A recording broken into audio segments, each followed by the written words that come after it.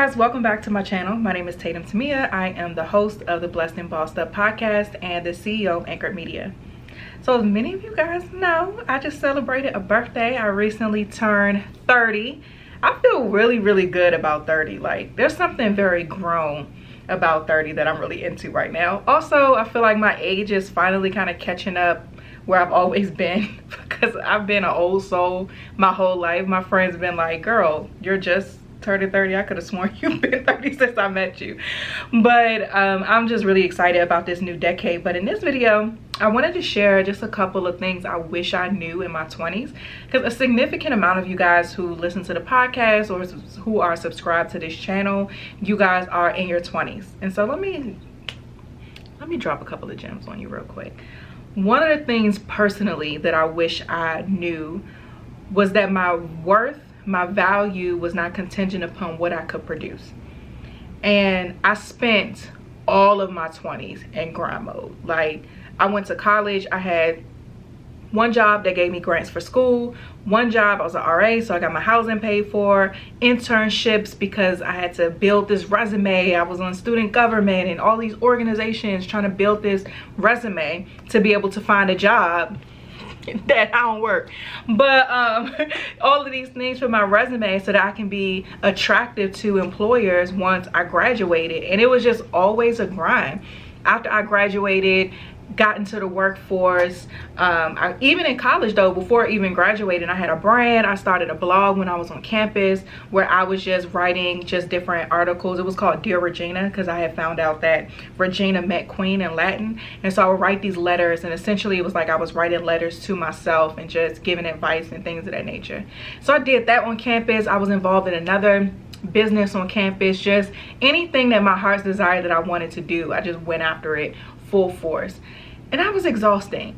And if I'm being honest, I'm a hard worker by nature and somebody who's a go-getter by nature.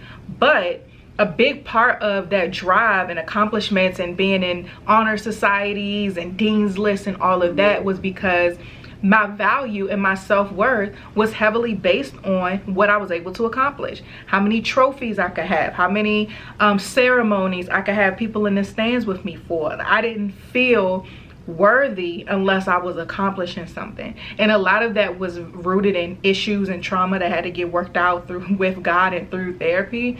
But I just spent a lot of time seeking validation through accomplishments, and it's something I feel like a lot of people, a lot of 20-somethings go through, because you feel like you should be here by a certain time. You feel like you should be farther along, or you feel like wherever you are is not good enough because it doesn't look like where you think you should be or what other people may be doing. But I feel like there's so much value in loving yourself where you are, and while still wanting more, you know, still being ambitious and all of that. That's not to say that you're not going to have ambition, but I think it's a very healthy and utilized, or I don't feel like it's talked about enough, just being content and happy and in love with yourself as you are right now, without anything added to that, without the wife title or the mom title or the entrepreneur title or the degree, whatever. Just you as insert name here, being happy with that. And I wish that I was happy just being Tatum. I think now, because I have done so much, I see so much value in just in how happy I am when I'm just me. You know, when I'm eating my ice cream, first of all, the Netflix brand or the Netflix flavor of Ben & Jerry's non-dairy is fire. Go try it and then come back and let me know in the comments. But when I'm eating my ice cream and watching Married at First Sight on a Wednesday by myself, BJ is doing something, the baby is asleep, like that's just me chilling, not doing anything, not accomplishing anything, and just happy. And happiness is something that I wish that I valued more in my 20s. Happiness without the attachment to some sort of accomplishment. And you're young, so I mean, of course I could say that looking back, but those lessons and those things is what got me to where I am today, so I'm cool with it. Something else I wish I knew in my 20s on the faith side, and I mentioned this before, I really wish that I knew that faith was freedom and not bondage, because Christianity was presented to me so many times in the form of a box and restrictions and rules and laws. But that's not what it is. We're free in Christ. And of course there's a standard to righteousness, but that standard doesn't equate to bondage. I'm still free. And I'm somebody who loves freedom. I mean, I'm an entrepreneur. I love the freedom of my time. I love the freedom of being able to do the things that I want to do without being in a cubicle and all of that.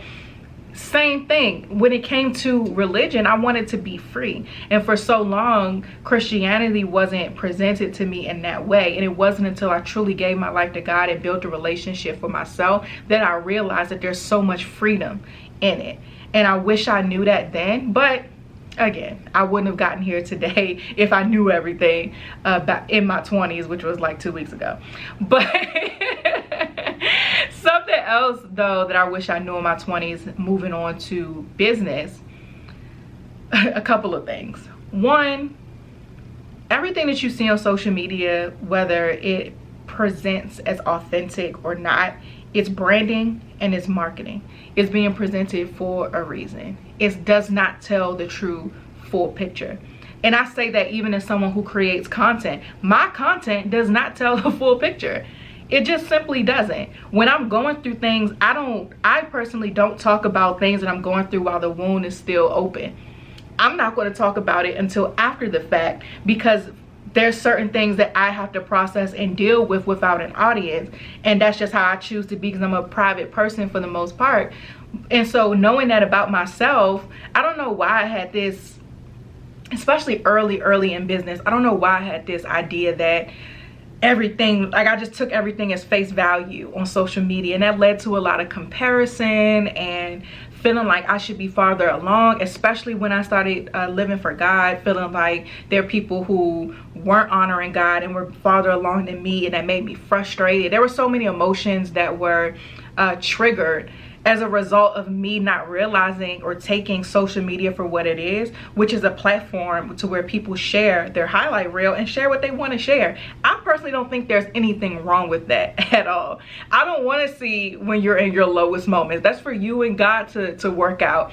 But as people who interact in this space, it's important for us to also understand what it is, so it's not triggering these negative emotions with us that then impacts how we do our business, how we interact with our friends, how we feel about ourselves, our relationship with God, and all of those things. So I wish I was a little less naive early on and realized social media doesn't tell the full story. It just simply doesn't. And like I said, even if you consume my content is not going to tell you the full story at all. And another thing that I've learned in my 20s as it relates to business specifically is your relationships and reputation matter.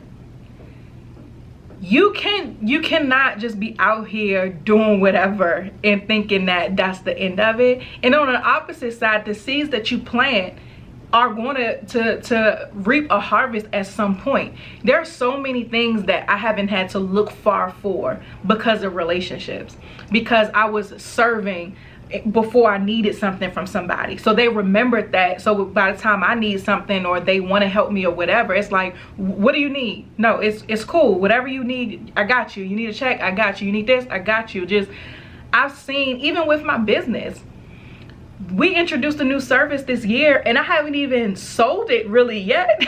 Just my relationships and people that we've worked with before and just built that rapport with are now clients. And I don't have to look far for anything that I need because of my reputation and because of the integrity that I've had from day one. Even when it comes to pulling favors, to where it might be needing a speaker for the society or wanting someone to do whatever, like anytime I need something, I don't have to go far most of the time because of just the relationships that I have with people. And then the same thing for me. There are people who all they have to tell me is when and where. I'm not going to charge you. I'm not going to do anything. Let me know what you need and you got it. Because of that's how our relationship is. And there's something between us that, you know, they may have done something for me before, or come through or prayed for me, or just been there for me, to where it's a no-brainer that I'm going to be there for them as well. So relationships are such a big deal. There have been people that have come up to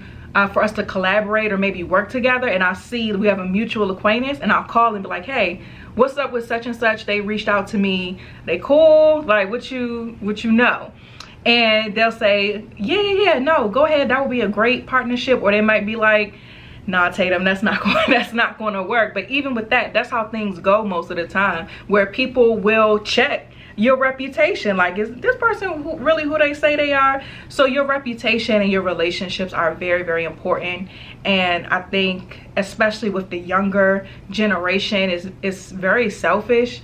There have been people who worked with me that I'm like, they could never ask me for anything, and I'm still nice and sweet and, you know, respectful at all times, but I might be like, yeah, because of how they handled the responsibility or whatever, I'm like, that I would never do anything for them unless God himself told me, because that bridge has been burned based off of whatever reason. So again, your relationships and your reputation is so important. So that's it. I hope you guys enjoy my little rant about some of the things that I wish I knew in my 20s. For those of you guys who are 30 and up, what's up? What y'all doing? How are your knees? How's your back? Okay, because every time I drop it low, it's some cracks that happen, and ain't nobody warned me about that. So who wrote the 30 handbook? Send it to me, please. But that's it for this video. Make sure that you like, subscribe, hit that notification bell so that you don't miss when I post another video.